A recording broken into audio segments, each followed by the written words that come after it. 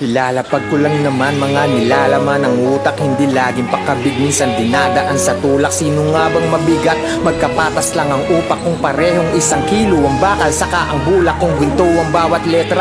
18 kilatis, galong-galong pinawi sa aking bagong nilapis. Tagal na pahinga kaya sabik ako ninais makiawit, nakigamit sa beat na to ni Aris. Bawat palakpakan ng tao sinasamantala sa pagsampa ng entablado. Isa lang ang dala, yan ay pagiging inspirado. Magsipag ka lang tara, iba-iba ang magaling sa iba't ibang mata, kaya wag nang magkumpara. Tuloy mo lang ngayon, baka bukas o sa makalawa magbunga na ang iyong dala. Na kung dati nandun ka pa tapos bigla nandun ka na, basta iwasang makatapak ng iba ang iyong paa. Oo, marami dyang iba sa akin ang titigay galit, pero aking pananahimik ang nagbibigay sakit. Mas naisin pang kasikatan sa akin ipagkait kesa manghilan ng iba para lang tumakamit sari-saring mga bagay hanggang sa magdamay-damay. Sinisiraan ako ng walang kamalay-malay. Sino nga bang masama? Dito natin yan ibatay. Wala akong kagalit siya, sandamakmak ang kaaway o siya. Tama na nga yan, baka di mamalayan mawala pagtitimpi ko na aking nakasanayan. Subok na ng marami kapag nakipagsabayan, tapos papatulan ko ay yung kadiri ang pangalan, yung pangalang